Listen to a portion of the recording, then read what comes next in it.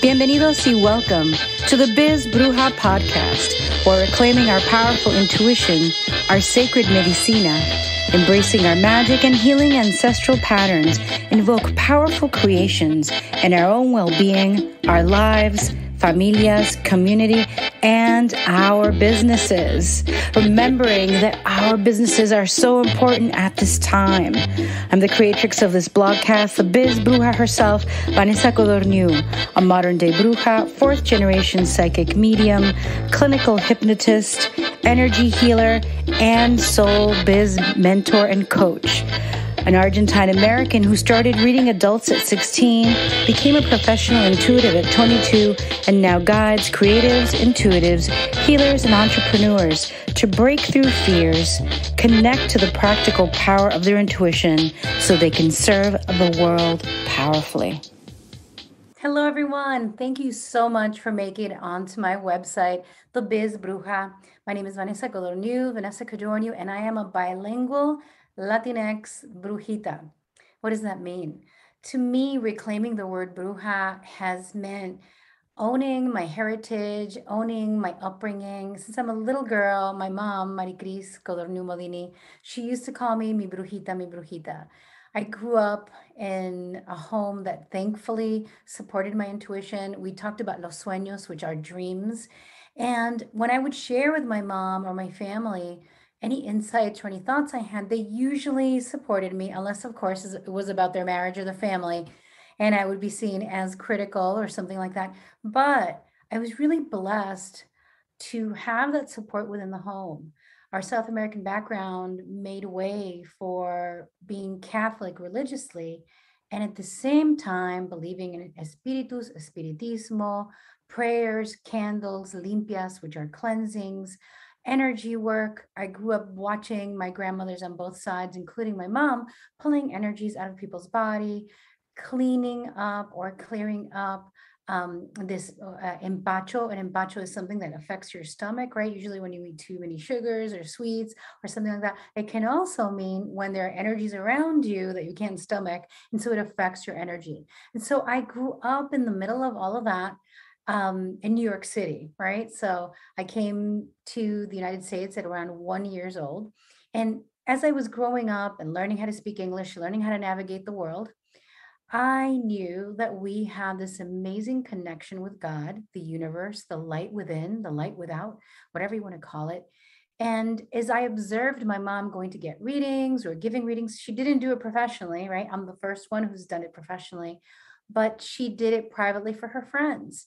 And I saw my dad's mom, my maternal grandmother, go into trance and suddenly have this information, this mediumship information from people who were on the other side. So I'm like 4, 5, 6, 7 years old, and this is what I'm growing up with. This is normal to me.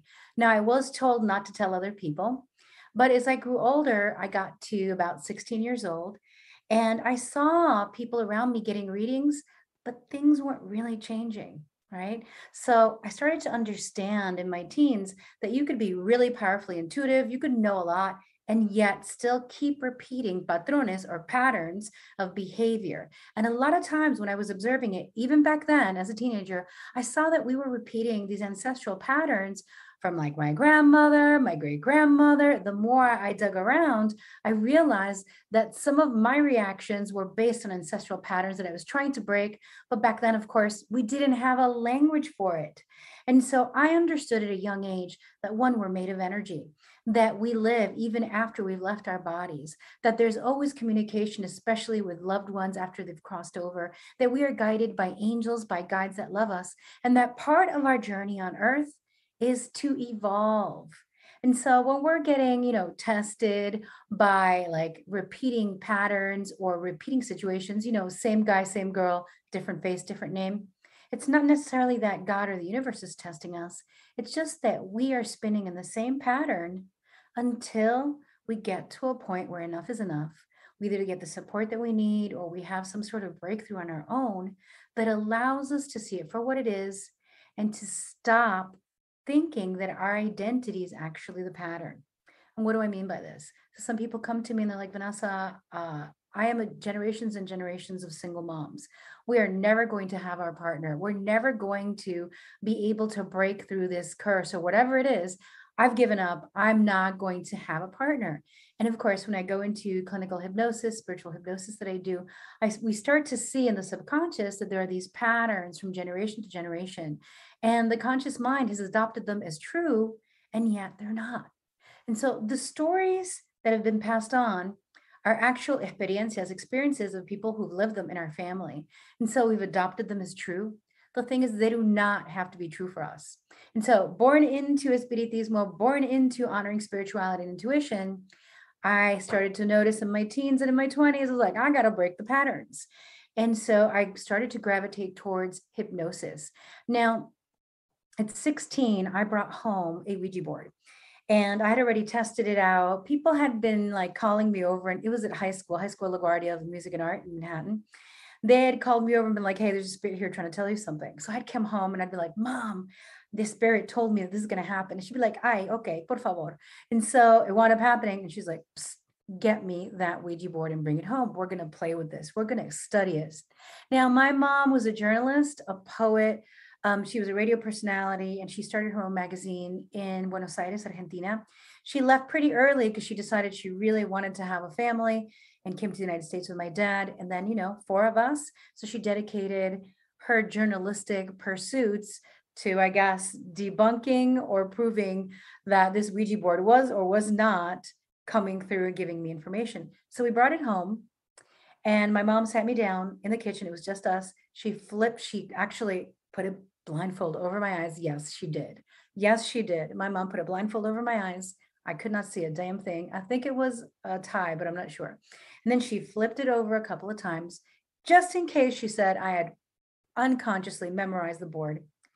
And in this darkness and in this quiet, and of course, a lot of fear, because I was like, oh my God, what are we doing here? I suddenly started to receive visual images. I started to receive visual information, auditory information, and also just knowing. So I saw a woman with reddish hair standing up from a river. She was dripping wet, and she was with a little boy also who's stepping up from a river. And there was like a car wrecked behind them, like half in the water. And she kept saying, take care of Willie, take care of Willie. Now, Willie was my dad, right? He passed in late 2019. And I was like, what is this woman telling me and my mom that we need to take care of my dad? What is this, right? And then I started to see an older woman dressed in black all the way up to here. Like, I had never seen anybody dressed so like austere in my family at all, ever in my whole life. And she came through and gave us information about my cousin. And she said, please do not let this cousin go, who is in Argentina, go to work on this day. Something bad's going to happen. So we were like, okay, cha-ching, we know that that's going to happen. Let's take note. And then she started to share other information. And then a man came in with a big plumed hat, this plume with this cloak, and he was speaking with this heavy accent. And I'm like, Mom, I'm hearing Espanol and I'm hearing, pues, tú has, y me conocerás. And it was like this traditional, Shakespearean Spanish, right? Catalan. No, it wasn't Catalan. It was Castilian. I guess it was Castilian Spanish, not Catalan. That's a different thing. And when my mom said, okay, that's enough, she took the blindfold off me, said, sit down, because you're going to need to sit down, went and she took a picture frame of my father's, pulled up the back, and pulled up a picture of this woman with reddish hair. My mouth was on the floor. I'm 16 years old. I'm like, what? This lady just talked to me. And my mom said she died in a car accident in a body of water with her child. She had married somebody else and had a son. So I was like, okay. And then after that, we called Argentina. My mom said, I'm just going to say it's a sueño, it's a dream. So, you won't get pressured from the family. She called, said, I had a dream. Please don't let the cousin go to work. Da, da, da. They didn't. All those months later, yes, he didn't show up and something happened at the job. Okay, so already 2 things were coming true. And then the third one is we were there. Of course, we didn't know about the job thing yet because that was like 2 months later. My mom said to me, the man that you described is the energy that came to me when I was 17 years old in my room in Argentina. And he came to me and he had this big plumed hat and he said he wanted to help me with my writing. And I screamed, no, get out. Turned out it was my mom's guide who wanted to help her become a published author. Now, my mom wrote 3 books. She never published her books, but she got published in magazines and articles like that until her 20s. Then she came into the United States and devoted herself to us. So there I am, 16 years old, a teenager, and now I'm like mind blown. I am for reals, an intuitive psychic.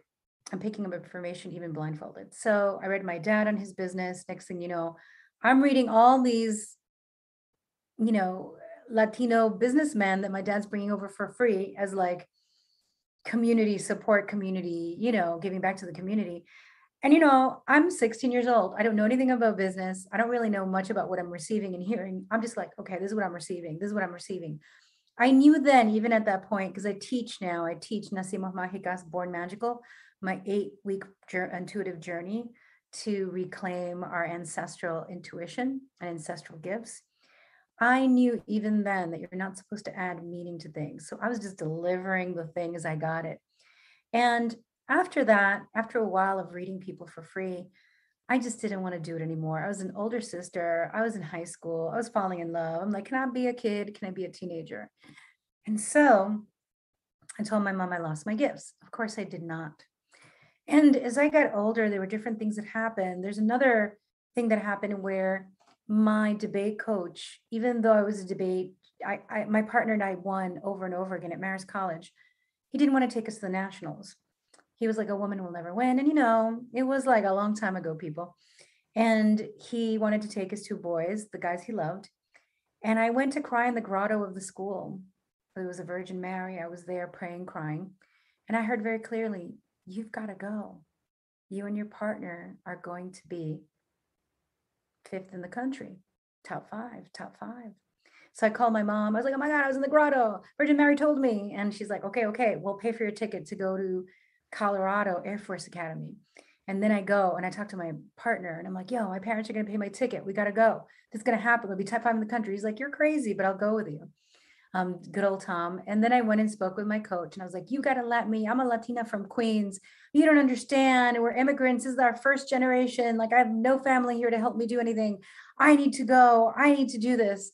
So I convinced him and we wound up going and we placed 3rd in the country in the novice section. Okay.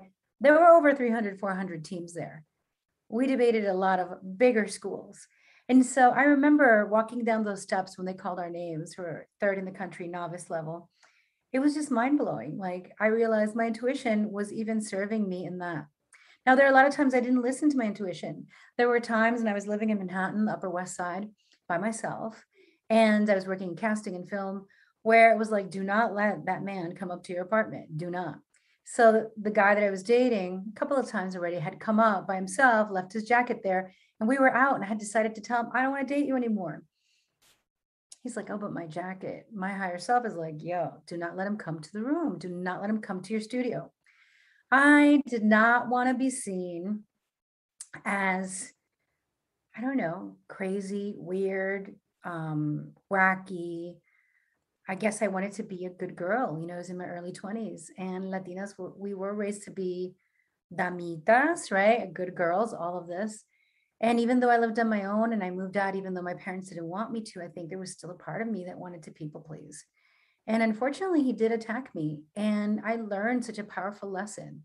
From then on, whenever my guides were like, do not let this person in, or don't go with this person, or don't go there, skip that party, you better believe I listened. And so this is part of my early life. And at some point in my 20s, I wound up getting hired to do event management at a big company, right? Out in Long Island, I think, but also they did events in Boston, New York City, Philadelphia, across the country. And they called me one day, they're like, wait, you're studying acting, right? And I'm like, yeah, well, that's because I want to be a film director. So I'm studying acting because I want to be able to understand the actor. And they're like, okay, whatever. Can you dress up as like a priestess or a witch or a gypsy and come and do readings? Can you do that? Can you do that? So I wound up being sent to a big event of 400 people. I think it was a book release. And this is before Wi-Fi, right? So a different time, a different life. And there were 3 of us. It turned out that they loved 2 of us, okay? They called me back. And then I went to another event with myself and that other person. And again, they loved the 2 of us. They brought us back again. At one point, I was an event manager and she was the psychic. And she called me over and she's like, can I warm up with you? Now, it was a whole different world, right? I had this like blonde hair pulled back, red lipstick, black outfit up to here, turtleneck, jacket, little like New York City, trying to climb the ladder of I don't know what, but something. And she starts reading me. And she says to me, "You live a split life." And it was true. And I had tears in my eyes. I was 23, 24 years old. I had already been initiated as a priestess. I was already reading people for 6, 7 years. I was listening to spirit, not always listening as much as I should. But my life, I felt, wasn't what I thought would be a regular life. You go out, you have friends, you meet people, you do a thing, you're young. I felt really responsible from a very young age. I'm going to cry here. And this psychic said to me at 22, 23, she goes, "You're going to be well known for this work. And someday you're not going to be split in half. Right now you have this persona with this blonde hair and this little tight black outfit with like 4 or 5 inch heels. And then you go home and you take off that suit and you have candles around you and you're speaking to your guides and to your angels and you hear and you see and you know." And she said, "You feel so alone because people your age are out there partying, having a good time. And your guides are telling your ass to stay home." And essentially, it was true. She hit the nail on the head. And it gave me so much hope. And she said, they're going to have to bring you kind of kicking and screaming a little bit into this work. But you're a powerful healer. And you're here to break so many ancestral chains and stories. And you're here to finish work that wasn't finished in other lifetimes. Wow, I'm really getting emotional. And this was so long ago, people. This was 26 years ago. I remember it as if it was like today. And I remember crying in front of her because I knew that I had these gifts.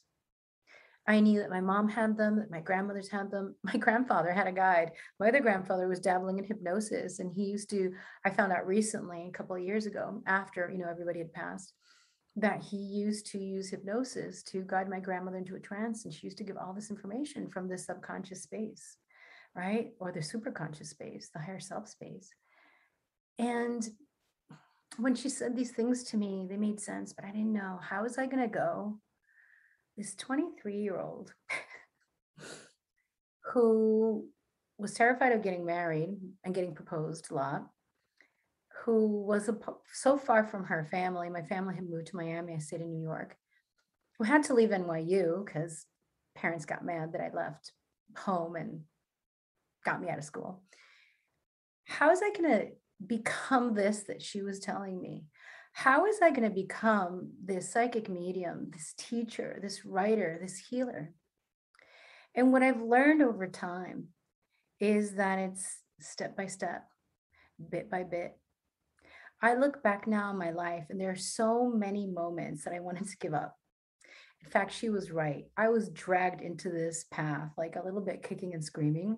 And I know nowadays, 2021, everybody is like, "I want to be a healer. I want to have a healing business," and I understand it. I understand it because when we step into healing work, we're stepping in to heal ourselves. We're stepping in to understand our inner world, our outer world. We're returning home to ourselves. So of course we want to do that. Now, I don't think everyone's meant to do this professionally full time because it takes more than just being a healer or intuitive reader. It's also going to take you being a business person, right?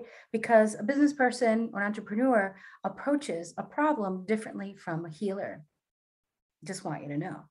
And so I look back on that and God bless that lady who told me that. I mean, I was just like, I came home and I wept. I was like, oh my God.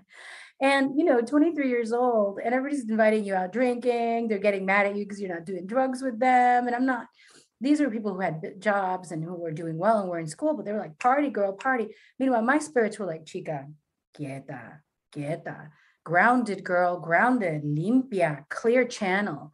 And that's what my guides were sharing with me. And so I'd be like, "No, I'm going to stay home tonight." Now, it didn't mean that I didn't go dancing. But in my early 20s, I was overly sensitive. Before we had the word empath, I knew that my aura was very permeable, right? And my mom used to tell me that. And she used to say, just like abuelita, you come into a room, you're like, something bad happened here. And then we find out something bad happened. And so what wound up happening is that lady who read me, the psychic who read me, she was a sweetheart. She moved me. I mean, I walked around the rest of the event kind of like struck, like, oh my God. But before she left, I grabbed her hands, held her, took a deep breath, and channeled her dad. I asked her, I said, can I give you a message that's been on me all night? And so after I did that, she cried too. And he told her she was going to write this book, and she did. And she then told the company that I was for real, for real. They're like, she's not some girl studying acting to be a filmmaker who you're calling to do some tarot reading. Like, she's a psychic medium without any tools in her hands. She doesn't even need a card, people. And after that, I just get sent here. And remember, before Wi-Fi. So I was at penthouse apartments. I was at book launchings. I was at radio programming. I became the darling of a beautiful group of Russian socialites in New York City who would send a car for me, and I would do a whole reading event in my 20s and read folks. And as I said, this is over 25 years ago. And what I was telling someone too is that being that I'm in New York, I've always felt aligned with social justice values and inclusivity and being diverse. I mean, I was dedicated to San Martin de Porres. San Martin is the first Black saint that I've ever heard of. I think there are others now. And so on my knees every night as a little girl, I was praying to San Martin de Porres, like, protect me. And so to me, from a very young age, and then I was also praying to, I think it was Santa Catalina, I'm not sure, but she was a beautiful indigenous female saint who, had been martyred and everything and gone through a lot. And so here I had this beautiful indigenous saint, I had this Black saint. And so from a very young age, God to me had color. I never saw Jesus as white. I never saw the sacred as necessarily pale. And so from a very young age, when I noticed that there were injustices around me, they affected me terribly. And I know now as I've gotten older, my own privilege as a light skinned Latina, and I've tried to create platforms and opportunities, spaces for me to heal and for me not to inflict harm, and also to create opportunities for the next generation of healers, intuitives, leaders, and conscious, spirited BIPOC and Latinx people to rise. When I was younger, I didn't see, and when I say younger, I even met 15 years ago, I didn't really see healers like myself. What do I mean by that? Because you could be like, well, girl, you light. What are you talking about? What I'm saying is that when I started doing my work, it was just an extension of how I was living. There was no, near-death experience, although I did have that, but that made me an entrepreneur. That didn't make me a healer. I was already a healer and a reader. There was no like big dramatic thing. It was a series of continuous interaction and interconnectedness with the spirit world and being in service. And so I did most of my work for free most of my life. But as I was saying, when I first started, and people were like, well, you're light skinned, Vanessa, so what's the issue? I didn't meet people who had started the way I did. They didn't know about espiritismo. They didn't know about rituals. My minor is Latin American studies. And so I studied Afro-Caribbean religions in college. They didn't know about the sacred ways that our people, our Latinx people, have blended cultures. And I'm talking about blending cultures. No matter what we look like, I've found with Latinos, unless, your family arrived from France, Germany, or Switzerland or something, or the UK in 1980 or something like that. But I'm saying no matter what we look like, we're so mixed. We're so mixed. We are usually holding tremendous power of our indigenous ancestors, of our African ancestors, usually West African, but they can be from all over, of our Middle Eastern ancestors, of our Indian ancestors from India, of our European ancestors, of our Chinese, of our Asian ancestors. I find that Latinx people are carrying powerful magics. And I'm not saying other people are not carrying it, right? I'm just talking about my experience and what I've seen.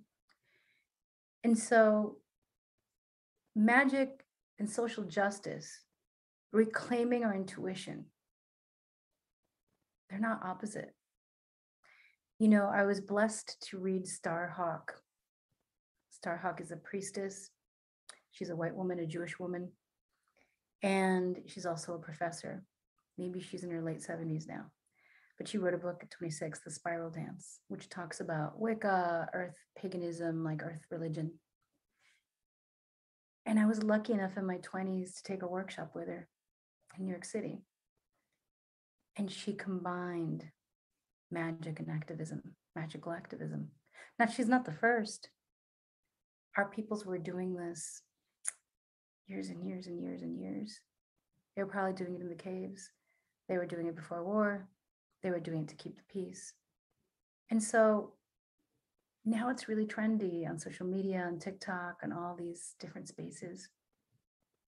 But I really feel that any magical person, any deeply spiritual, mystical human who is communing with spirit cannot truly spiritually bypass what's really happening in the world. And so in my 20s, when we were hearing things like, if you can just think yourself into the reality, all you need to do. But I saw my friends, my Black friends who were struggling with racism. I saw my gay friends struggling with homophobia. I saw myself as a woman struggling with misogyny, with oppression. And I'm like, I cannot think myself out of this shit, okay? And so now we're talking about it everywhere online. We're talking about not bypassing. But the truth is there's so many of us that were already knowing this a long time ago. And so I was able to study with Starhawk in person. And when I studied with Starhawk in person, she taught us about how to call the elements, how to connect to Mother Earth. This is already what, 27 years ago, 27 years ago. So we could be activists. And that being armchair mystics was not true spirituality. That when you say that you love Mother Earth, that when you say that we are connected and we are one and we're brothers and sisters, that we're going to take action, that we're going to look at our own privilege, that we're going to do what we can do about it. And so I love Starhawk. I also had the great blessing from a very young age of learning at the foot, or I could say at the candle or at the cards, or at the taza con café, you know, the coffee cup. I'm not a coffee drinker, but if you're going to read my coffee grinds, you know I'm going to be drinking it, right? And, you know, I had an amazing mentor who was part of La 21 Divisiones, 21 divisions, Dominican priestess. Mari, she's passed away now. She taught me so much about herbal cleansing and reading and trusting myself. And she's like, ¿para qué tú estás aquí? Tú puedes hacer lo que yo hago, ¿para qué estás aquí? But I stayed with her all those years anyway. And I've had other amazing readers who were Cuban American or who were Cuban, South American, Mexican American, Puerto Rican, Boricua. Thankfully, New York is the true melting pot, right? Where you get to meet so many different people if you allow yourself. And so the first readers I met weren't white.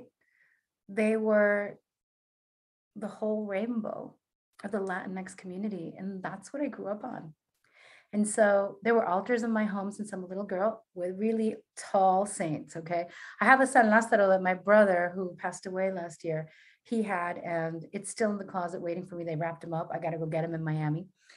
And the idea that we had a power within us and a connection to spirit, where no matter how sad, how broken, how upset we were with what was happening in our lives, that we could take back our energy by sitting in prayer, by lighting our altars, right? Lighting candles on our altars, by calling our ancestors and relying on their strength and their power, because they survived.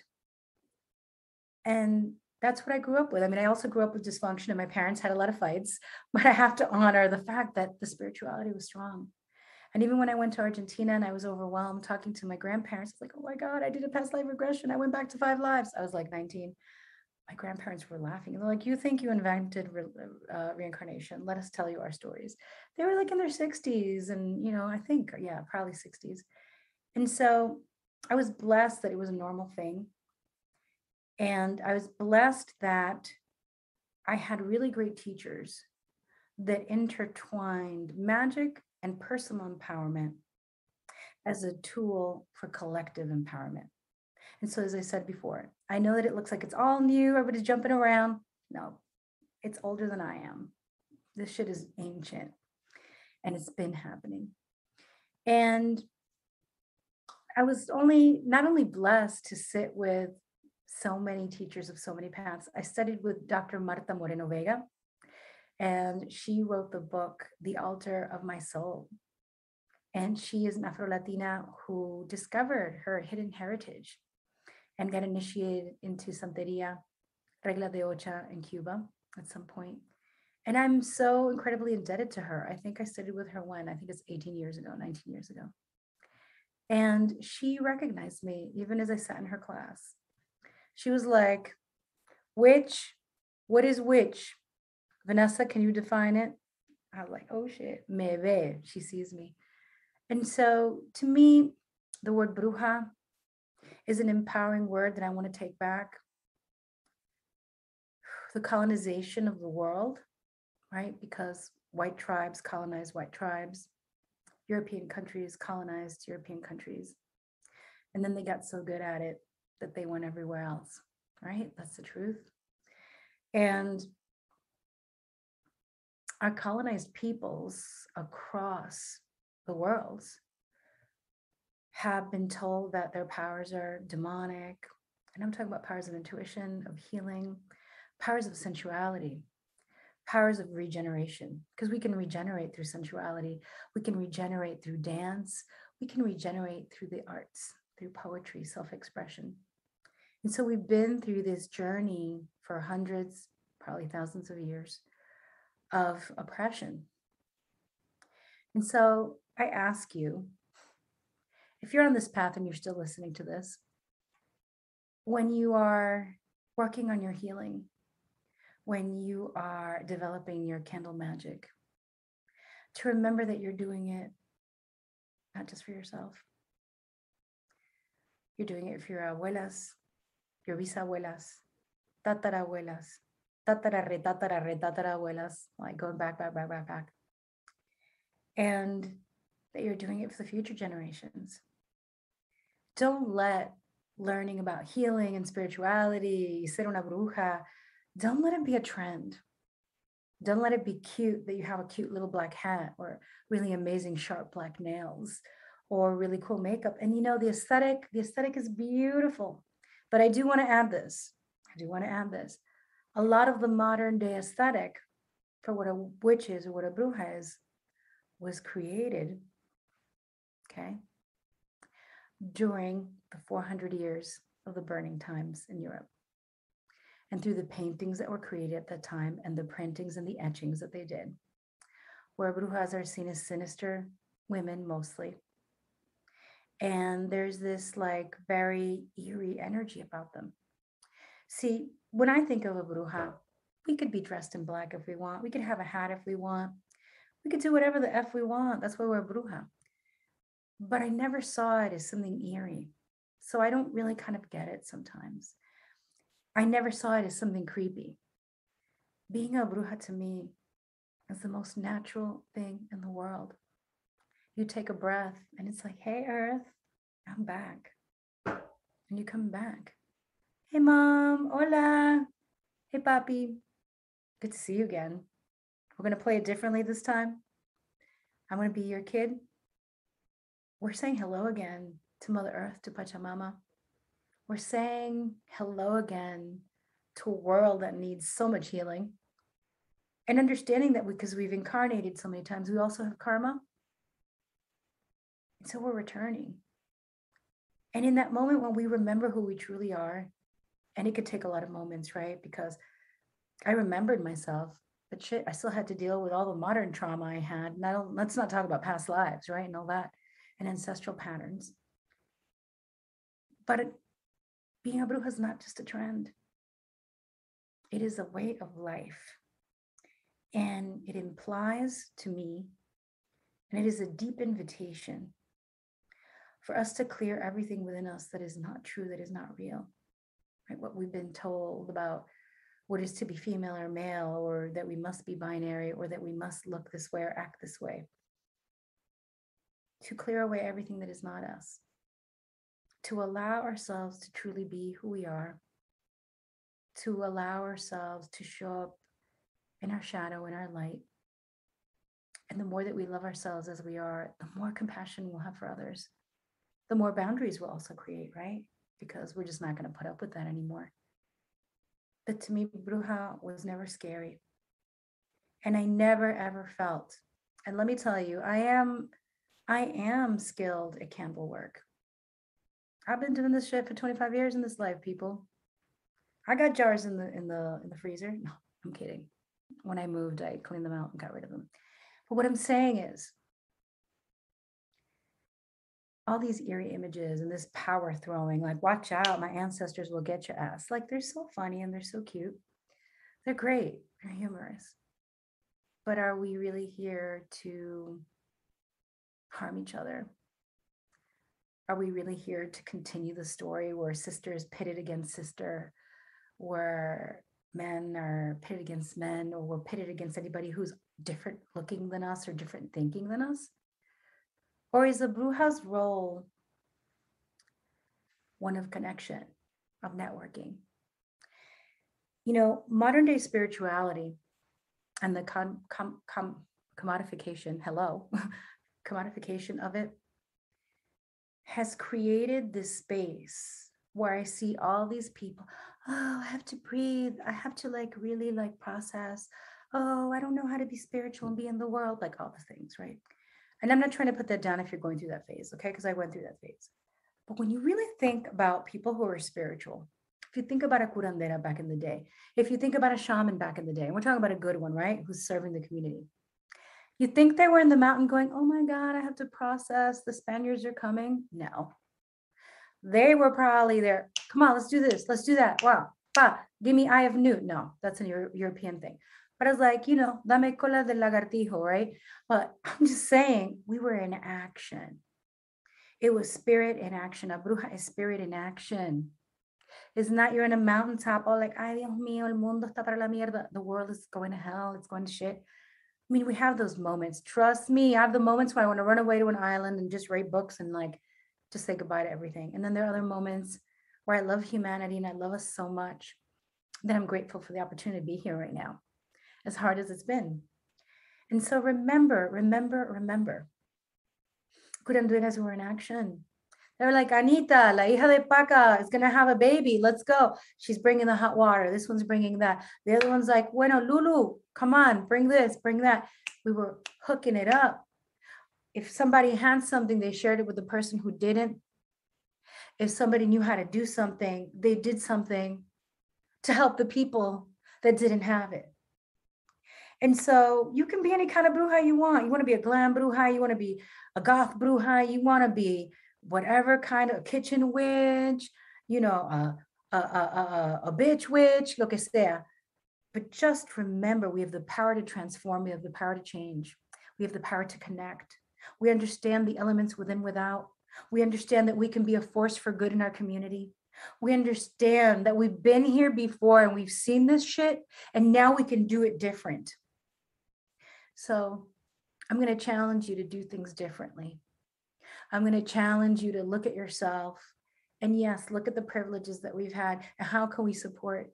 And we don't have to shout from the roof every time we donate some money. We don't have to shout from the rooftops every time we did a good thing. Because being a bruja, that's what you do. You support community. You hold space. Now, I know that we're all tired. And I know especially that Black and brown women are very tired because traditionally you've been taken from, you've been minimized, you haven't not been honored and raised up. And so if you want to chill, chill. If you want to rest, rest.